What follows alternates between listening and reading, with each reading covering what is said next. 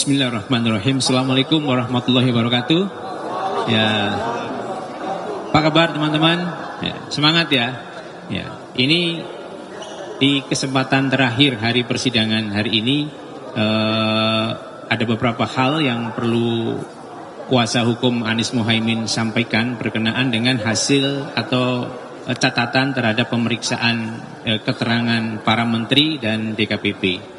Sebelum ke Bang Refli dan Bang Yani serta rekan-rekan, ada beberapa hal yang ingin kami sampaikan highlightnya. Pertama, ketika keterangan menteri itu tadi, dari panjang lebarnya keterangan menteri, ada satu hal yang menarik untuk digarisbawahi bahwa Menteri Sosial ya menyerahkan bantuan itu tidak ada yang dalam bentuk natura, tidak ada yang dalam bentuk barang. Beras itu tidak dikeluarkan oleh Menteri Sosial.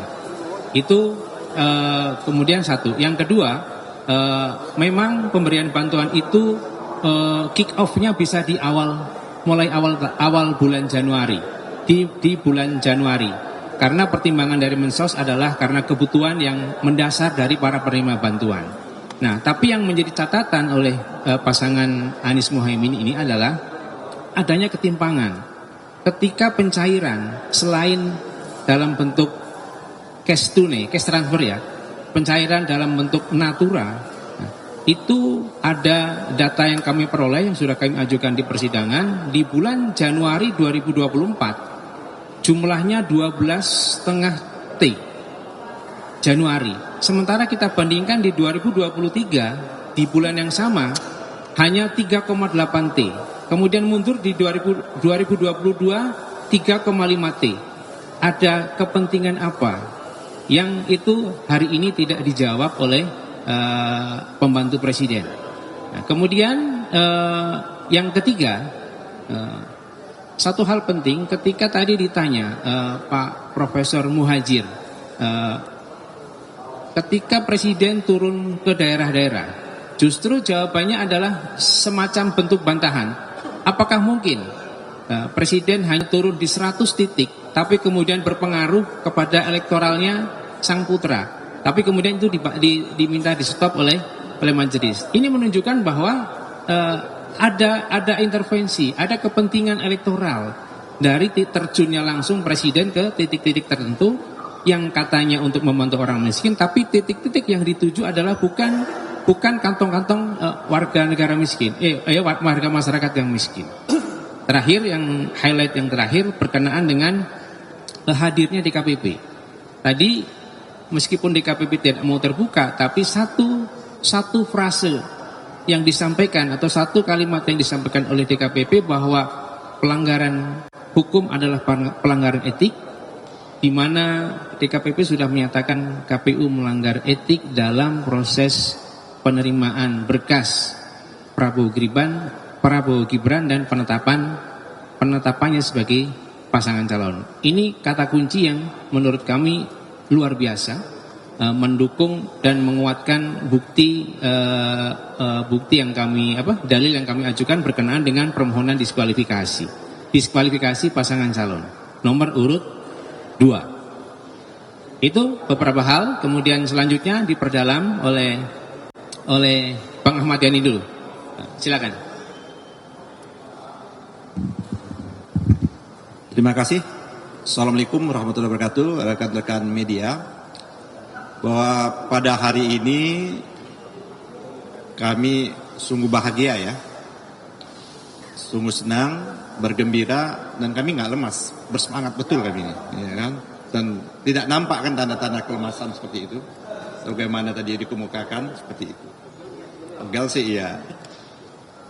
Dari apa yang kita dapatkan dari persidangan ini ada hal-hal yang menurut saya kunci, pokok persoalan, inti dari gugatan yang kami ajukan maupun gugatan yang diajukan oleh pihak 03. Persoalan-persoalan yang selama ini yang terungkap di fakta-fakta persidangan yang ada, baik dari keterangan-keterangan saksi, keterangan-keterangan ahli maupun argumentasi kami dalam posita, ya kan, itu sebenarnya terkonfirmasi, dicoba, ya kan, diperdalam oleh Yang Mulia. Saya kira 8 hakim Mahkamah Konstitusi ini mencoba memperdalam, dan itu dikonfirmasi secara langsung argumen-argumen dan bukti-bukti yang telah kami ajukan. Saya kira kami bersyukur sekali, pertanyaan-pertanyaannya cukup tajam. Pertanyaan-pertanyaan yang diajukan oleh majelis menyangkut pokok persoalan yang kami persoalkan, tapi jawaban yang dilakukan oleh kementerian saya kira jawaban standar, jawaban yang bersifat normatif, apa yang dipaparkan seperti itu.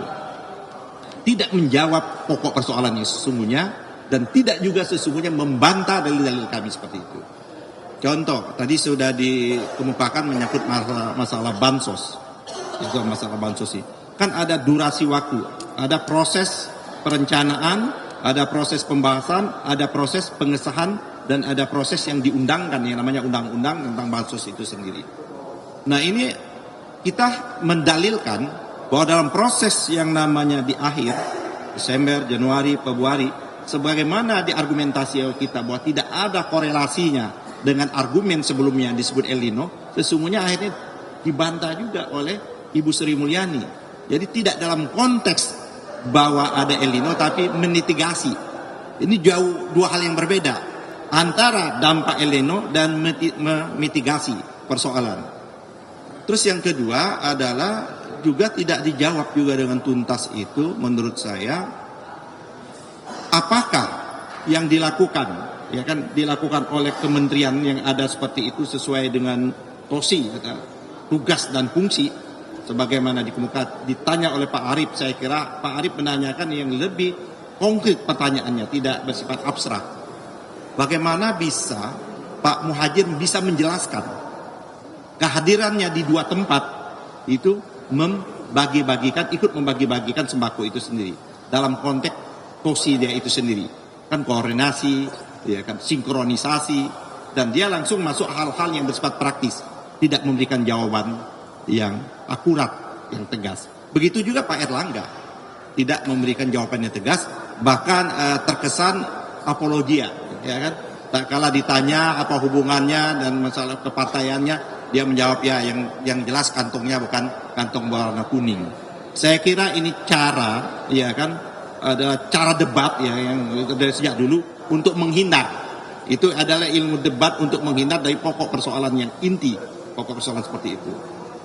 Nah, ada hal yang menarik saya kira, kalau memang korelasinya untuk mitigasi, Pak Erlangga menyatakan kenapa harus memberikan bansos pada durasi waktu yang tadi dikemukakan itu dalam rangka untuk stabilisasi harga. Bagaimana fungsi pemerintah untuk menstabilisasi harga? Faktanya, nah ini fakta. Pada waktu yang telah disebutkan untuk stabilisasi harga, sebagaimana ahli kami menyebutkan, justru dalam sejarah publik ini harga beras melambung tinggi seperti itu. Jadi ini kontras apa yang diomongkan tadi, terjadi anomali.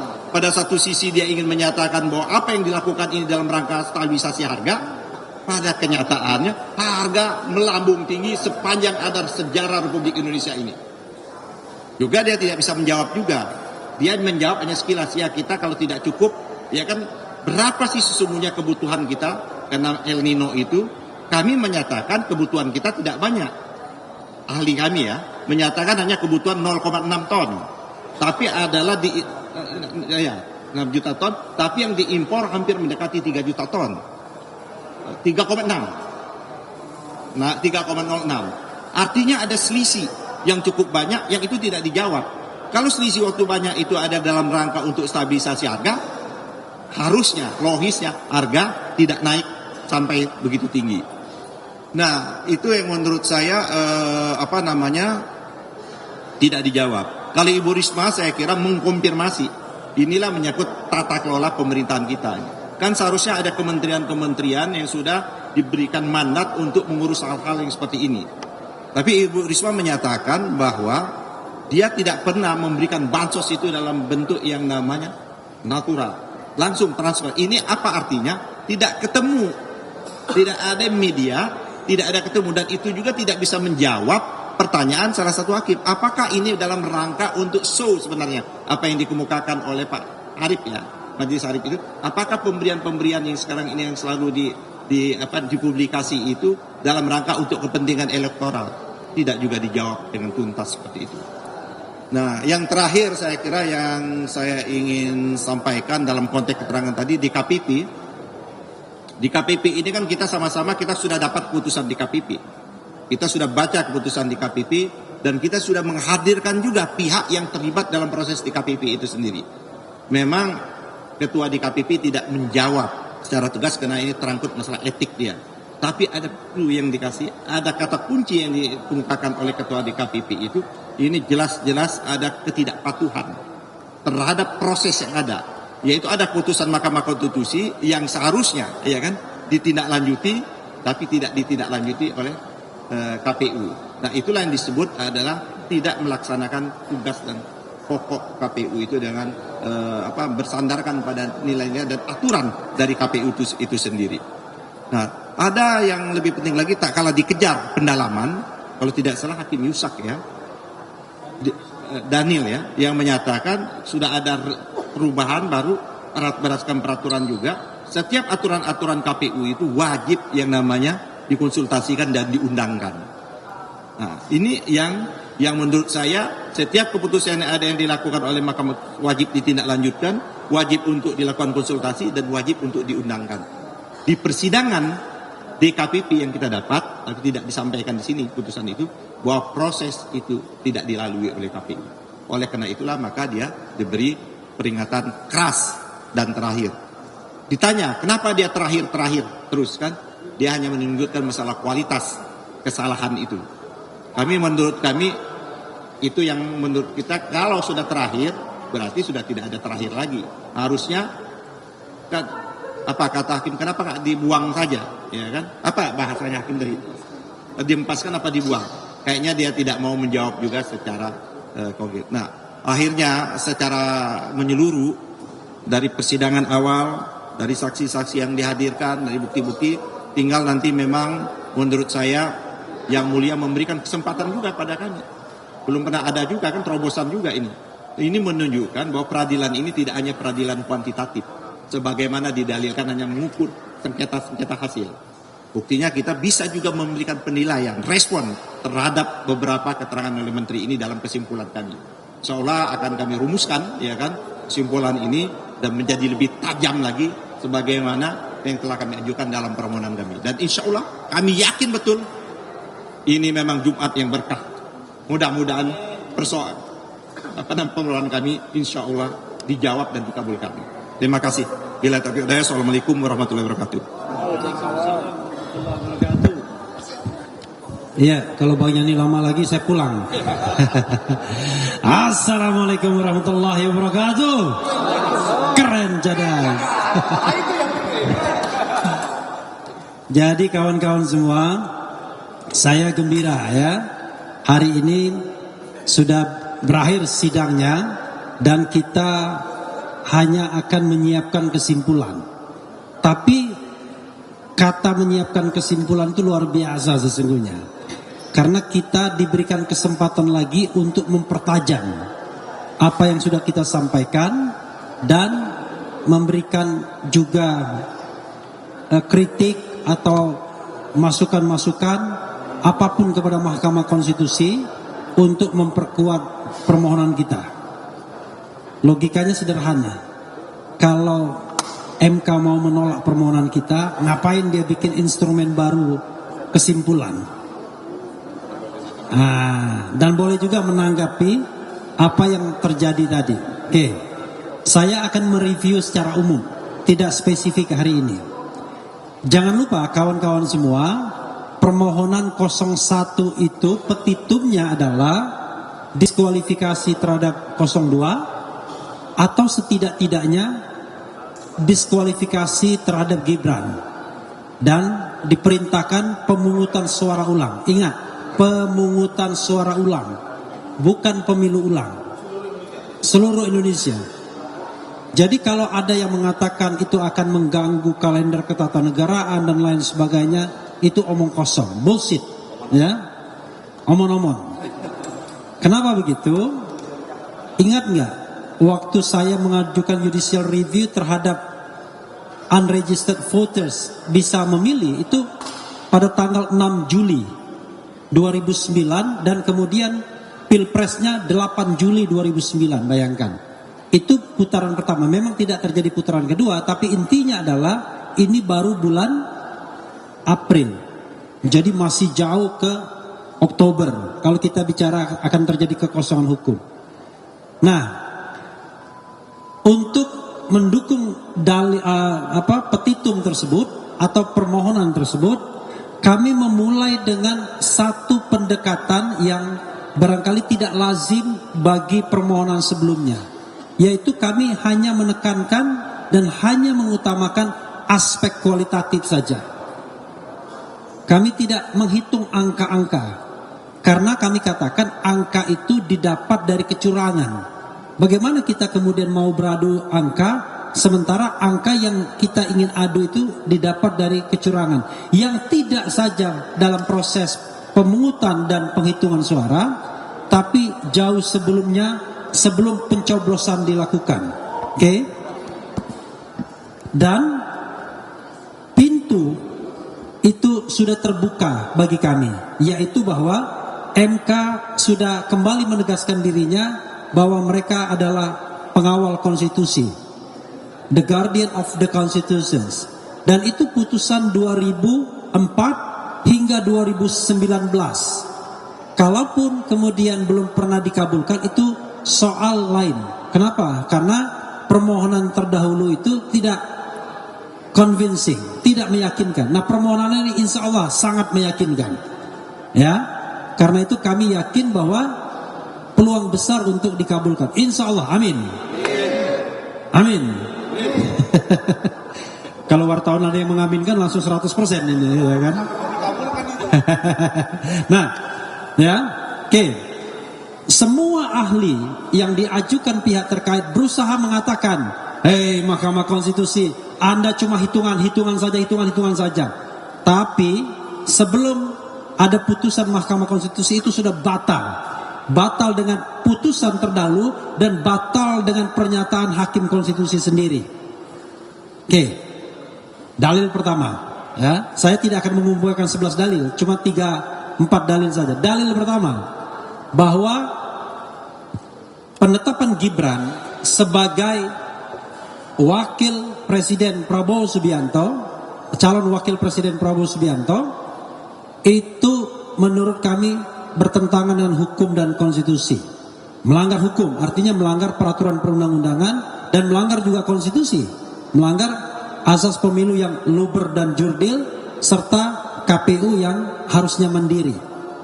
Ada dua hal di sini sekaligus menjawab dalil kedua, yaitu sudah expressis verbis bahwa memang ada pelanggaran karena PKPU sebagai dalam tanda kutip hukum acara pendaftaran tersebut itu tidak diubah dan diperkuat dengan Hakim Konstitusi Arief Hidayat yang mengatakan putusan MK itu ada yang self-executing dan non-self-executing. Self-executing itu adalah langsung bisa diterapkan tanpa diperlukan adanya tindak lanjut berupa misalnya pembentukan peraturan pelaksana atau perubahan peraturan pelaksana. Tapi ada non-self-executing, dan kami yakin yang dimaksud Yang Mulia Arief Hidayat non-self-executing itu adalah termasuk putusan MK nomor 90 yang itu pun kontroversial, yang itu pun yang kata Yusril kontroversial, yang katanya harus diubah, ada penyelundupan hukum, tidak ada waktu bagi KPU untuk mengubah PKPU-nya karena waktu tinggal 4 hari lagi, dan bagaimana konsultasi dengan DPR karena DPR sedang reses. Itu kata Prof. Yusril, yang kemudian berbeda sebelum dia menjadi kuasa hukum 02 dan berminat menjadi wakil presiden pada waktu itu. Kita bukan anak kecil, ya kan? Semua ada kepentingannya, kan? Nah, tetapi ternyata betul apa yang dikatakan Prof. Yusril itu, tapi yang dulu, ya. Jadi memang dalil pertama terbukti, oke? Dalil kedua, tidak independennya KPU atau penyelenggara pemilu yang lainnya terbukti juga. Paling tidak dari kasus terkait dengan penetapan Gibran Rakabuming, terlihat bahwa KPU memang sengaja untuk memancing agar ayo mendaftar dengan mengeluarkan surat edaran. Apakah KPU tidak paham bahwa harus mengubah peraturan KPU-nya? Paham mereka. Tetapi karena DPR-nya reses, mereka berusaha melakukan penyelundupan. Wah, itu bisa dipermasalahkan, itu pelanggaran kode etik juga itu. Jadi melakukan penyelundupan dari saksi yang menjadi lawyer di DKPP. Penyelundupannya itu apa? Penyelundupannya adalah dia mengajukan perubahan peraturan KPU itu kepada Dirjen Perundang-undangan tanpa konsultasi DPR. Fortunately ditolak oleh Dirjen Perundang-undangan. Nah, ini menunjukkan bahwa KPU tidak independen. Padahal apa urusannya? Dia kan bisa mengatakan, oke, ada putusan 90, tetapi karena tidak ada waktu untuk mengubah PKPU, maka putusan tersebut belum bisa kami laksanakan. Karena kalaupun kami laksanakan akan cacat prosedural seperti yang dikatakan Yusril Iza Mahendra, akan dipersoalkan orang, dan terbukti, ya kan? Akan dipersoalkan orang. Implikasinya ada persoalan-persoalan seperti ini dan itu bisa inkonstitusional. Maka dalil kami, ya setidaknya ada penyelenggara pemilu yang tidak independen from the beginning, itu sudah terbukti juga. Bagaimana dengan Bawaslu? Sama saja. Terlihat betul bahwa Bawaslu itu tidak memproses hal-hal yang memang jelas-jelas merupakan pelanggaran. Seperti misalnya yang namanya mobilisasi aparat desa. Kemarin ada PJ Wali Kota Bekasi. Ternyata pernah juga diproses oleh Bawaslu, tapi tidak pernah dia menghukum bahwa PJ ini atau kegiatan itu menguntungkan atau dimaksudkan untuk menguntungkan Paslon 02. Tidak pernah ada putusan yang begitu. Sepanjang pengetahuan saya, ada nggak? Nggak ada. Nggak ada ya. Jadi tidak ada putusan yang mengatakan bahwa itu menguntungkan Paslon 02 dengan melanggar undang-undang. Nah, ini menunjukkan bahwa ada ketidaknetralan. Bagaimana dengan DKPP?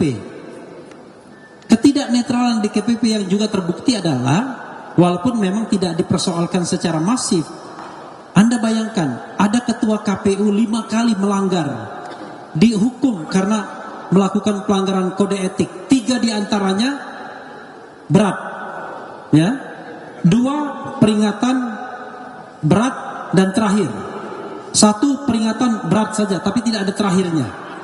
Yang terakhir yang Irman Gusman itu, Anda bayangkan, ini hakim konstitusi di sini, ketua MK, sekali melanggar langsung didemosi.